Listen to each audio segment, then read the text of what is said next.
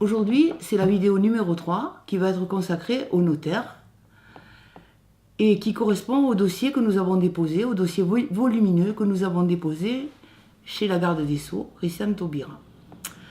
Alors nous allons voir d'abord la brochette de tous les présidents de la Chambre départementale des notaires de la Drôme depuis 2006, en commençant par Michel Rolland, qui avait été très étonné de la campagne des affiches jaunes, notaire escroc, point d'interrogation, au point qu'il avait publié un article dans le Dauphiné. Et disons que cette enquête à laquelle j'avais participé nous avait appris quand même pas mal d'histoires intéressantes sur le notariat de la Drôme. Alors après Michel Rolland, nous avons eu Philippe Van de Worve, Bruno Messier, Hervé Crozat, Olivier Comble-Laboissière, qui nous a dit que si nous en étions arrivés là, c'est que nous avions manqué d'intelligence. Voilà. Mais il nous a reçus quand même, une fois, Xavier Gilles et moi-même. Et nous arrivons à la dernière, Isabelle Pêcheur-Berruyer. Mais avant, je voudrais parler de l'intervention du premier syndic, Marc Dieval, qui carrément m'avait écrit personnellement en me disant que ça vous plaise ou pas, c'est la même chose, il faudra bien que vous fassiez à ce jugement. Bon.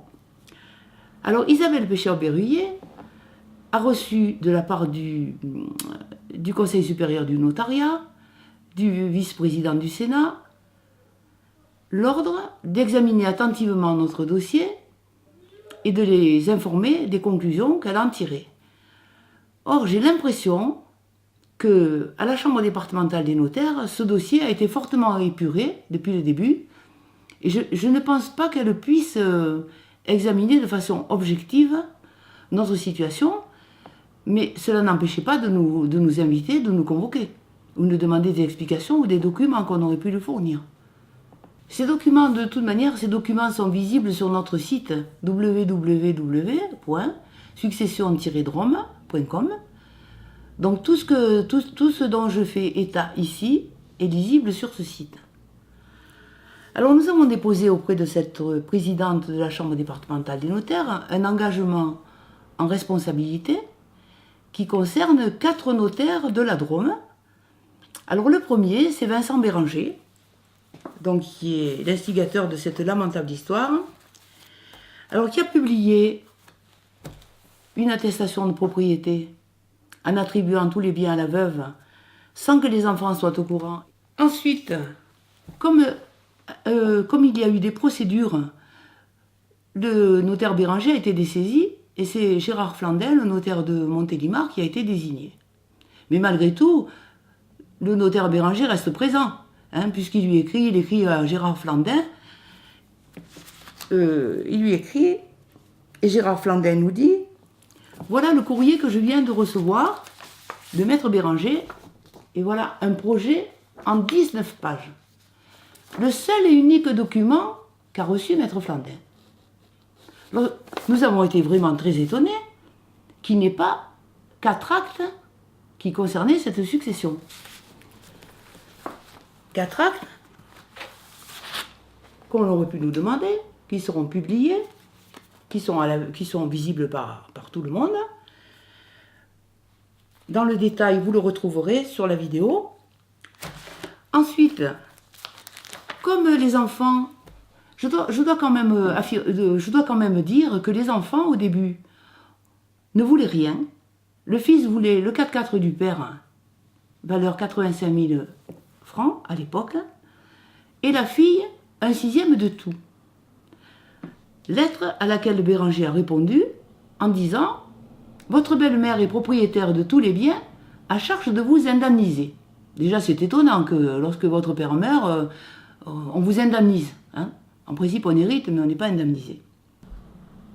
Le notaire Béranger écrit à Gérard Flandin qui dispose dans son étude 4 objets que les enfants avaient demandés, 4 objets appartenant au père, qui sont à leur disposition, et que la veuve veut ainsi en terminer et payer la soulte.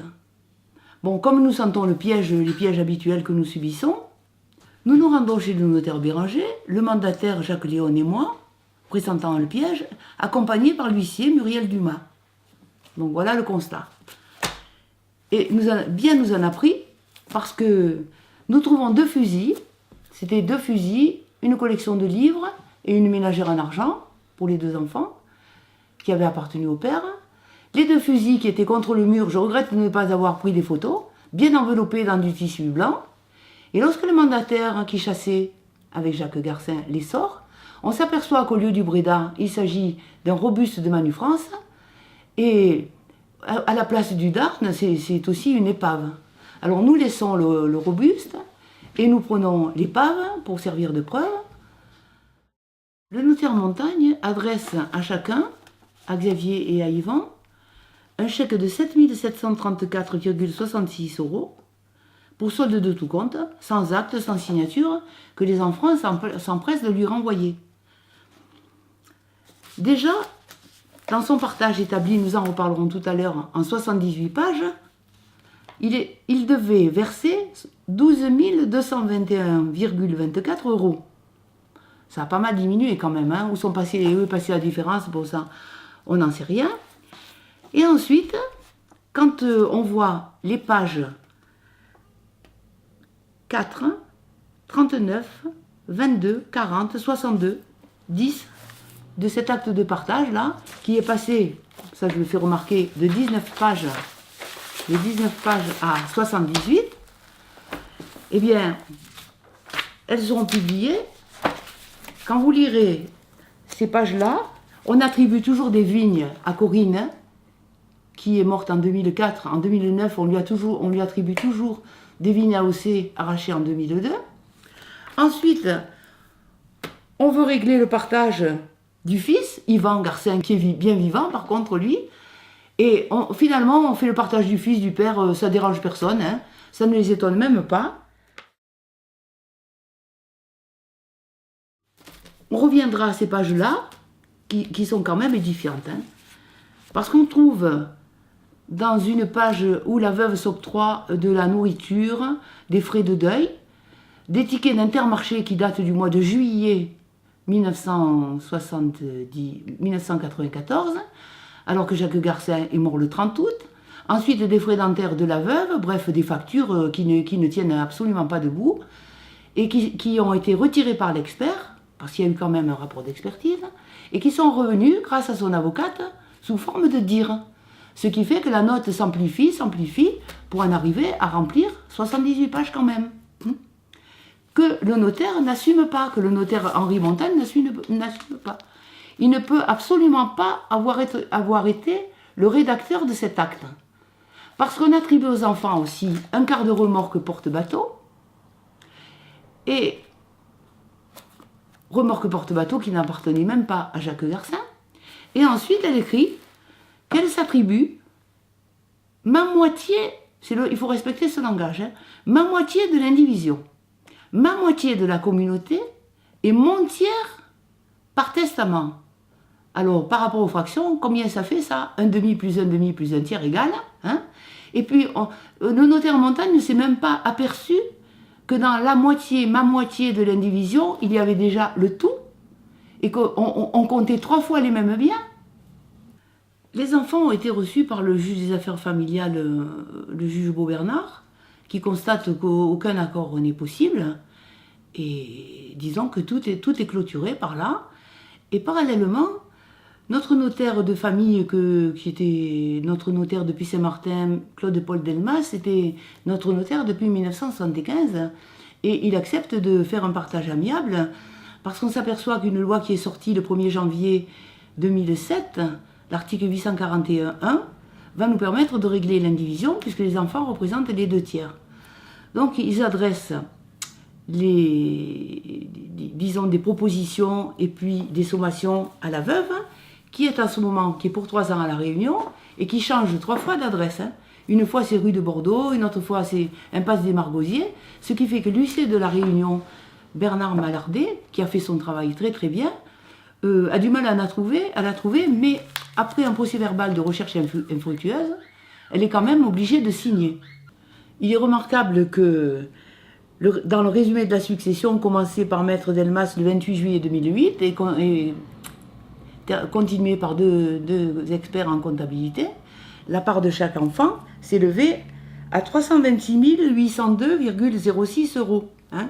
On est loin des 7 700 euros qu'on voulait leur verser. Mais comme Maître Delmas prend sa retraite, avant, il termine quand même l'opération, il demande au greffe du tribunal de Valence, après toutes les démarches légales, de désigner une personne qualifiée qui représentera l'indivisaire défaillant dans le partage. Et ça, c'était le 23 février 2009. Et le 4 mars 2009, les enfants sont jugés, j'en ai déjà parlé, des procédés de la justice, sans avoir été assignés. Et les 5 biens immobiliers sont attribués à la veuve. Et eux, il ne reste que leurs yeux pour pleurer. Et il faut qu'ils lui versent en plus à cette pauvre dame 1800 euros par souci d'équité. Maître Henri Montagne a quand même utilisé dans son projet de partage 2 documents que l'on nous a refusés à la conservation des hypothèques. Mais pour le moment, nous les mettons entre parenthèses la conservation des hypothèques et le cadastre. Nous y reviendrons dans la prochaine vidéo. Comme quoi, Yvan et Xavier étaient disposants, mais pas donateurs. Normal, hein, ils n'avaient rien reçu. Mais la veuve était bénéficiaire, mais pas donataire. Autrement dit, les enfants disposaient d'un bien qu'ils n'avaient pas reçu. La veuve obtenait tous les biens que personne ne lui avait donnés. Ça veut dire qu'à la longue, à force de contester le procès du 4 mars 2009, ils ont quand même trouvé d'autres mesures pour que l'attribution soit effective. Voilà. Alors, à ce moment-là, nous allons voir Maître Mathieu Piquemal, nous, à Puy-Saint-Martin, qui avait pris la suite de Maître Delmas, et nous lui demandons de continuer la procédure. Et il nous répond « Ah mais non, impossible, hein. Vous avez été jugé, je ne peux rien pour vous. » Alors que chez Maître Delmas, on avait eu des donations, des ventes, des achats. On pensait quand même que cette étude était notre étude. Et Maître Piquemal avait déposé, il nous avait reçus quand même, il m'avait reçu quelques fois, il avait déposé au coin du bureau notre dossier épais comme ça, au coin du bureau. Alors que lorsque on trouvait Maître Delmas, le dossier était comme ça, parce qu'il contenait tous les actes. Bon, la messe était dite, hein. On lui en a fait cadeau. Et nous sommes repartis. Voilà. Depuis, nous n'avons plus aucun rapport avec ce notaire. Donc pour résumer, les notaires font ce qu'ils veulent et la justice les couvre. Exactement, exactement. On en a parlé de la justice auparavant. Hein. On a fait une vidéo sur la justice et encore on n'a pas tout dit. Parce qu'il y a encore pire que ça. En fait, on le réserve pour la fin. On pense que la garde des Sceaux s'en rendra compte. Et le pire maintenant, c'est l'intervention de Laurent Cosmala. Nous nous apercevons que la veuve, propriétaire de tous les biens, en a vendu un qui était un bien de communauté, beaucoup plus cher évidemment que ce qui était déclaré, puisque tous les biens immobiliers, les 5 biens immobiliers, étaient déclarés 88 000 et quelques euros. Hein. Mais ça, on y reviendra dans les documents que nous ajouterons. Et Laurent Cosmala nous reçoit. On lui explique la situation en lui disant qu'il y a deux héritiers réservataires, mais apparemment il s'en fiche et il ne vérifie pas les deux attestations, parce que l'acte de disposant doit être publié, ainsi que l'acte de donateur. Or, ils n'ont jamais été publiés puisqu'on nous les a refusés. Hein. Et il ne vérifie pas. Et ensuite, l'année d'après, en 2011, la veuve vend la maison. Alors là, c'est le pire, la maison. Parce que la maison était un bien propre de Jacques Garcin, et le père Jacques Béranger, le père de Vincent Béranger, avait le même jour, le 8 juin 1978, établi notre convention en divorce, où moi je payais ma part à mon ex-mari, à mon mari toujours, hein, puisque c'était le 8 juin. Avec cet argent, il achetait la maison. Et dans les deux actes, il y avait deux choses différentes, c'est-à-dire l'acte que j'ai moi, hein, que j'ai fourni au procureur de la République de Valence, il était dit, notre divorce a été prononcé le 31 octobre 1978, quelques mois après, que si le divorce n'était pas prononcé, la moitié de cette maison m'appartiendrait, ce qui est juste. Et en même temps, sur l'acte d'achat de la maison, il est dit qu'elle appartient par moitié dans l'indivision à Jacques Garcin et à sa future épouse qu'il a épousée 1 an et demi après. Mais ça non plus, ça ne gêne personne. Hein. Nous avons donc engagé en responsabilité ces quatre notaires. Disons que cet engagement en responsabilité civile, elle est délictuelle et collective. C'est l'article 1382 du Code civil, parce que en tant qu'officier public assermenté, c'est un intermédiaire forcé. On est obligé de passer par eux. Et on demande l'intégralité, on demande à ce que le préjudice soit réparé dans son intégralité. Ça ne nous intéresse pas, nous, de retourner devant la justice pour que ces gens-là soient jugés et condamnés. On en aurait encore pour 10 ans. Ça va faire bientôt 19 ans que ça dure. Hein. Quand on voit comment fonctionne la justice, non, c'est pas la peine d'insister. Donc on demande à ce que l'assurance des notaires joue. Que reproche-t-on à ces 4 notaires? Eh bien, on leur reproche, ils avaient connaissance des tiers. Ils connaissaient tous l'existence des enfants. Ensuite, ils ont manqué de prudence, parce qu'ils n'ont pas consulté les actes authentiques. Ils n'ont pas vérifié les actes de disposants et les actes de donateurs qui devaient être publiés. Donc, ils ont manqué à leur déontologie. La Chambre première du 3 avril 2007 dit « Le notaire ne peut décliner le principe de sa responsabilité en alléguant qu'il n'a fait qu'authentifier l'acte établi par les parties. » Alors, qu'est-ce que nous allons faire aussi encore auprès du défenseur des droits? Nous allons jouer sur la discrimination. La discrimination, du point de vue du droit, consiste à léser un individu quand, dans une situation donnée, il est traité différemment des autres sans motif légitime. La différence de traitement est une discrimination illicite. Constitue une discrimination toute distinction opérée entre les personnes, ici en vue de leur situation de famille, les enfants et le conjoint survivant, article 225.1 du Code pénal. Elle est liée à des situations de concurrence juste entre les individus, normées par des critères objectifs dont il est établi qu'ils ont été écartés au profit d'autres critères étrangers à la matière considérée. Ici, une succession avec 2 enfants légitimes et héritiers de leur part à la réserve héréditaire, au décès de leur père, Jacques Garcin, le 30 août 1994, dont ils ont été bannis. Nous ne comptons pas en rester là, donc la vidéo numéro 4 sera consacrée au comportement du conservateur des hypothèques de Valence, du chef de contrôle et du cadastre. Et je répète, tant qu'on n'aura pas évalué le montant du préjudice, nous nous battrons.